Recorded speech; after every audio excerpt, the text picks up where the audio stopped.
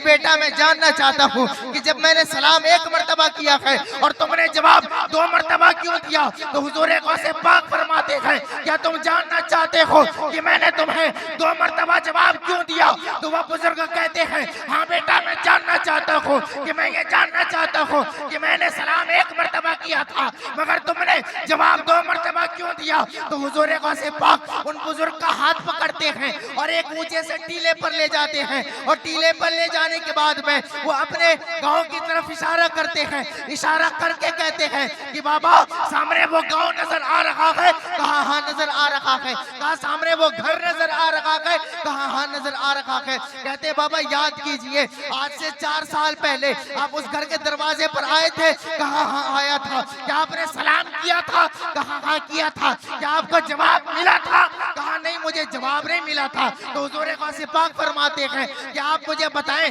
کہ آپ جو میرے دروازے پر آئے تھے اور آپ نے سلام کیا تھا تو آپ نے کیا سوچ کر سلام کیا تھا؟ تو وہ بزرگ کہتے ہیں میں یہ سوچا تھا کہ سیدوں کا دروازہ ہے، میں سلام کر دیتا ہوں کچھ نہ کچھ دعائیں مل جائے گی، مجھے دعاؤں سے نواز دیا جائے گا۔ میں نے یہ سوچ کر کے آپ کے دروازے پر سلام کیا تھا۔ اور حضور غوث پاک فرماتے ہیں کہ آپ نے یہ سوچ کر کے سلام کیا، کیا آپ کو جواب ملا؟ کہا نہیں جواب نہیں ملا۔ تو حضور غوث پاک فرماتے ہیں کہ آپ جاننا چاہتے ہیں کہ آپ نے سلام تو کیا تھا مگر آپ کو جواب کیوں نہیں ملا؟ تو وہ بابا کہتے ہیں کہ ہاں بیٹا میں جاننا چاہتا ہوں کہ مجھے جواب کیوں نہیں ملا؟ تو حضور غوث پاک فرماتے ہیں کہ جب آپ میرے دروازے پر آئے تھے اور آپ نے سلام کیا تھا اس وقت میں میرے گھر میں صرف میری والدہ تھی اور کوئی مرد نہ تھا، اسی وجہ سے میری والدہ نے آپ کے سلام کا جواب نہیں دیا۔ تو وہ بابا حیرت سے پوچھتے ہیں کہ بیٹا بتاؤ کہ تمہیں کیسے پتا کہ میں تمہارے دروازے پر آیا تھا اور میں نے سلام کیا تھا اور مجھے جواب نہیں ملا تھا؟ تو حضور غوث پاک مسکرا کر فرماتے ہیں، حضور غوث پاک مسکرا کر ان کے جواب دیتے ہیں کہ بابا جب آپ میرے دروازے پر آئے تھے تو میں اپنے والدہ کی شکم میں تھا، میں نے اپنی والدہ کی شکم میں آپ کے سلام کو سن لیا تھا اور میں نے آپ کے سلام کو سن لیا تھا اور میں نے آپ کی آواز کو پہچان لیا تھا۔ آج 4 سال کے بعد میں آپ میری نگاہوں کے سامنے ہیں، آپ میرے سامنے جلوہ گر ہیں۔ میں نے آپ کو 2 جواب دیا، ایک جواب دے کر کے 4 سال پہلے کا قرضہ اتار دیا اور دوسرا جواب دے کر کے ابھی کے سلام کا قرضہ اتار دیا۔ ایک جواب دے کر کے 4 سال پہلے کا قرضہ اتار دیا اور یہ دوسرا جواب دے کر کے ابھی کے سلام کا قرضہ اتار دیا۔ یہ شان ہے حضور غوث پاک کی۔ بچپنے کے عالم میں بھی 4 سال عمر ہے مگر ہم اپنے بچوں کی تربیت کرتے ہیں، پہلے انہیں گالی سکھایا جاتا ہے۔ اگر ہم 10 بچوں 100 بچوں کو اگر کھڑے کریں نا 4 سال سے 5 سال کے، ان میں 100 میں سے کوئی 1-2 ایسے ہوں گے جنہیں گالی دینا نہیں آتا ہوگا، ورنہ ہر ایک بچہ گالی دیتا ہے۔ وقت بہت کم ہے، میں ایک اور واقعہ آپ کے درمیان کر کے پھر میں اپنی جگہ لوں گا۔ درود پاک پڑھیں، اللہم صلی علی سیدنا شفیعنا حبیبنا مولانا بارک وسلم صلو علیہ صلاۃ دائمۃ سرمدنا بدا۔ حضور غوث پاک کا ایک اور واقعہ میں آپ کے درمیان پیش کرنا چاہتا ہوں۔ ایک بار حضور غوث پاک اپنے غلام کے ساتھ، اپنے مرید کے ساتھ دریائے دجلہ کے کنارے سے گزر رہے تھے۔ آپ نے یہ واقعہ سنا ہوگا جو حضور غوث پاک نے 12 سال ڈوبی کشتی کو نکال دیا تھا۔ سنا آپ لوگوں نے؟ سنا ہے آپ لوگوں نے؟ میں نے پہلے کہا تھا نا کسی میت پہ نہیں آگے بیٹھے ہیں آپ، ہم محفل پاک میں حضور کا ذکر سننے آئے ہیں۔ ذرا مچل کر بولیں سبحان اللہ، اور زور سے بولیں یا رسول اللہ، سبحان اللہ۔ آپ نے سنا ہوگا نا یہ واقعہ، حضور غوث پاک نے 12 سال ڈوبی کشتی کو نکال دیا تھا۔ تو حضور غوث پاک وہ دریائے دجلہ کے کنارے سے گزر رہے تھے تو انہیں رونے کی آواز آئی کسی عورت کی۔ تو حضور غوث پاک نے اپنے اس مرید کو بھیجا کہ جاؤ بیٹا دیکھو کس کی آواز آ رہی ہے، کون رو رہا ہے۔ تو حضور غوث پاک کے جو مرید تھے ان کے ساتھ میں ہمراہ تھے، وہ گئے اس بوڑھی عورت کے پاس اور جا کر کے کہتے ہیں مائی کیا ہوا، تم رو کیوں رہی ہو؟ تو جو بوڑھی تھی وہ اس کو بھگا دیتی ہے حضور غوث پاک کے مرید کو، وہ کہتے ہیں کہ آپ چلے جاؤ، مجھ سے میرا درد نہ پوچھو۔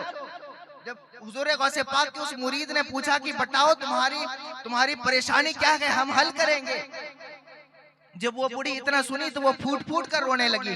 جب وہ ان کے اور زیادہ رونے کی آواز حضور غوث پاک کے کانوں میں پہنچی تو حضور غوث پاک دوڑے دوڑے تشریف لائے اور آ کر کہتے ہیں مائی سب خیر تو ہے, تو رو کیوں رہی ہے, تمہارے رونے کی وجہ کیا ہے؟ تو وہ بوڑھی کہتی ہے کہ بیٹا کیا بتاؤں میں تم کو, اگر تم پوچھ لیے ہو تو چلو میں تمہیں بتا دیتی ہوں, میں اپنا درد تمہیں کیسے بتاؤں. تو حضور غوث پاک فرماتے ہیں کہ مائی بتاؤ تم کہ تمہاری پریشانی کیا ہے, تمہاری دقت کیا ہے, ہم کوشش کریں گے اس کو ختم کرنے کی, ہم کوشش کریں گے اس کو سلجھانے کی. تو وہ بوڑھی عورت کہتی ہے کہ بیٹا آج سے 12 سال پہلے میرا بیٹا دولہا بن کر کے اسی دریا میں کشتی میں سوار ہو کر نکلا تھا اور اسی جگہ پر میرے بیٹے کی کشتی ڈوب گئی ہے. آج سے 12 سال کا عرصہ ہو گیا, میں روزانہ آتی ہوں یہاں پر بیٹھتی ہوں اور آنے جانے والوں کو میں دیکھتی ہوں, میں یہ سوچ کر دیکھتی ہوں کہ کہیں سے میرے بیٹے کی آواز آ جائے, کہیں سے میرے بیٹے کی آواز آ جائے, کسی انسان کی شکل میں میرے بیٹے کی شکل نظر آ جائے. میں اس امید کے ساتھ آج سے 12 سال پہلے سے لے کر کے یہاں آ کر بیٹھتی ہوں اور روزانہ میں یہی سوچتی ہوں کہ آج میرے بیٹے سے میری ملاقات ہو جائے, آج میرے بیٹے سے میری ملاقات ہو جائے. میں یہ سوچ کر کے آ کر کے یہاں پر بیٹھتی ہوں تو حضور غوث پاک نے جب ان کی یہ بات سنی تو ان کے آنسوں سے, ان کے آنکھوں سے بھی آنسو برسنے لگے اور حضور غوث پاک اس دریا کو حکم دیتے ہیں, اے دریا آج سے 12 سال پہلے تم نے جس کشتی کو ڈبایا تھا عبد القادر کا حکم ہے تم اس کشتی کو باہر کر دے. اتنا کہنا تھا وہ دریا سے کشتی باہر نکلتی ہے, بارات بھی سلامت ہے, دولہا بھی سلامت ہے. یہ دیکھ کر کے وہ بوڑھی عورت حضور غوث پاک کے قدموں میں گر جاتی ہے اور کہتی ہے کہ بیٹا تم کون ہو, تمہارا نام کیا ہے؟ تو حضور غوث پاک فرماتے ہیں کہ مائے مجھے عبد القادر جیلانی کہتے ہیں, محبوب سبحانی کہتے ہیں. شان ہے میرے غوث پاک کی, شان ہے میرے غوث پاک کی. بس میں ایک شعر اپنی زندگی سے متعلق میں پڑھتا ہوں, پھر اس کے بعد میں اپنی جگہ لوں گا کہ یہ ناز یہ انداز ہمارے نہیں ہوتے, یہ ناز یہ انداز ہمارے نہیں, جھولی میں اگر ٹکڑے تمہارے نہیں ہوتے. یا رسول اللہ ملتی نہ اگر بھیک حضور آپ کے در سے تو اس ٹھاٹ سے منگتوں کے گزارے نہیں ہوتے. اور بیدام کی بک جائیے بازار نبی میں, اس شان کے سودے میں خسارے نہیں ہوتے, اس شان کے سودے میں خسارے نہیں ہوتے. میرے کہنے میں اور آپ کے سننے میں کسی بھی قسم کی غلطی خامی کوئی ہو, اللہ رب العزت کی بارگاہ میں دعا ہے اور استغفار پڑھیں میرے ساتھ. استغفر اللہ ربی من کل ذنب واتوب الیہ, لا الہ الا اللہ محمد رسول اللہ صلی اللہ علیہ وسلم. اللہ رب العزت ہمارے بولنے کو اور آپ کے سننے کو قبول فرمائے, ہمیں حق بولنے آپ کو حق سننے کی توفیق و رفیق عطا فرمائے اور ہمیں سننے سے زیادہ عمل کرنے کی توفیق و رفیق عطا فرمائے. وآخر دعوانا الحمدللہ رب العالمین. السلام علیکم.